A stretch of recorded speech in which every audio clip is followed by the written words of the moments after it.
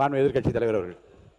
மாண்பு பேரவைத் தலைவர் அவர்களே, நேபாள் நாட்டுடைய ராசுவா பகுதியில் நேற்றைய தினம் மிகப்பெரிய ஒரு வெள்ளப்பெருக்கு ஏற்பட்டிருக்கிறது. கிட்டத்தட்ட 160 பேர் உயிரிழந்திருக்கிறாங்கன்னு செய்திகள் வந்து கொண்டிருக்கிறது.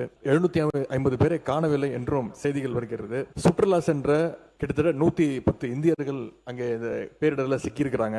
குறிப்பா தமிழ்நாட்டுடைய பல்வேறு மாவட்டங்களைச் சேர்ந்த 40க்கும் மேற்பட்ட தமிழ் மக்கள் சிக்கியிருப்பதாக செய்திகள் தொடர்ந்த வண்ணம் வருகின்றது. நேபாள் சென்ற குடும்ப உறுப்பினர்களை தொடர்பு கொள்ள முடியலன்னு இங்க இருக்கக்கூடிய அவங்களுடைய குடும்பத்தினர் மிகுந்த பதட்டத்திலையும் அச்சத்திலையும் இருக்கிறாங்க. இந்த சம்பவத்தில் எத்தனை தமிழர்கள் சிக்கியிருக்காங்க, அதில் எத்தனை பேர் நாம மீட்டெடுத்திருக்கிறோம், தமிழர்களை பத்திரமா மீட்டுட்டு வர்றதுக்கு தமிழக அரசு சார்பாக ஒரு சிறப்பு அதிகாரியை, ஒரு ஸ்பெஷல் ஆஃபீஸரை இந்த அரசு நியமிச்சிருக்கிறதா, அவங்க நேபாள் போறதற்கான திட்டங்கள் எதுவும் இருக்கிறதா, மேலும் இந்த பெருவெள்ளத்தில் சென்னை நீதிமன்ற ஓய்வு பெற்ற நீதிபதி திரு சிவஞானம் அவர்கள் பாதிக்கப்பட்டிருக்கார் என்ற செய்திகள் வந்துகிட்டு இருக்கிறது. எங்களுடைய நாடாளுமன்ற உறுப்பினர் திரு தயாநிதி மாறன் அவர்கள் எங்களுடைய தலைவருடைய அறிவுறுத்தலின்படி உடனடியாக இந்த தகவலை விரிவான ஒரு கடிதம் மூலமாக ஒன்றிய வெளியுறவுத்துறை அமைச்சர் அவர்கிட்ட நேற்று மாலை கொண்டு போய் நேரில் கொடுத்திருக்கிறார். இந்த சம்பவம் தொடர்பாக அரசு உரிய விளக்கம் அளிக்குமாறு நான் கேட்டுக்கொள்கிறேன். மாண்பு உறுப்பினர் எடப்பாடி கே பழனிசாமி முன்னாள் முதலமைச்சர்.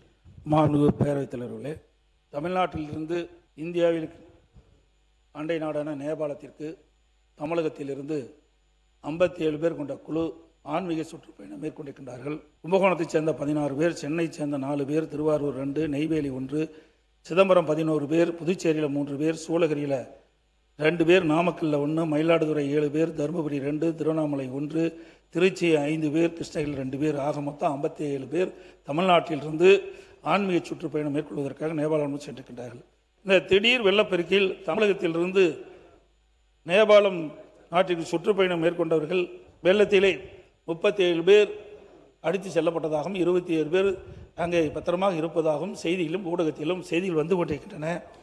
அவை 37 பேர் காணாமல் போயிருக்கிறார்கள். அதை மீட்பதற்குண்டான நடவடிக்கை எடுக்க வேண்டும். 20 பேர் பத்திரமாக இருப்பதாக தகவல்கள், அவர்களையும் மீட்டெடுத்து தமிழகத்துக்கு கொண்டு வரப்பட வேண்டும். அது மற்றும் கோவையில் உள்ள ஈசா மையத்திலிருந்து சுமார் 77 பேர் ஆன்மீக சுற்றுப்பயணம் மேற்கொள்வதற்காக நேபாள் நாட்டுக்கு சென்றிருக்கின்றார்கள். அவர்கள் என்ன ஆனால் என்று தெரியவில்லை, தகவலும் கிடைக்கப்பெறவில்லை.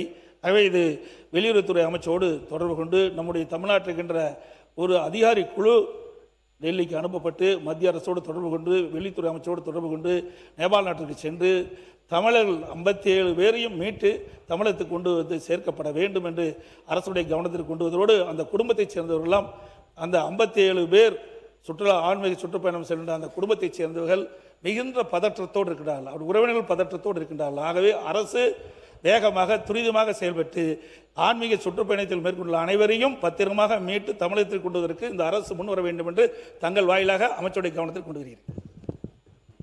ஆன்மீக சுற்றுலா பயணம் சென்ற தமிழகத்தைச் சேர்ந்த 57 பேர் சிக்கி பலர் வெள்ளத்திலே அடித்து சென்றதாகவும் 20 பேர் அங்கே பத்திரமாக இருப்பதாகவும் தகவல்கள் வந்து கொண்டிருக்கிறது.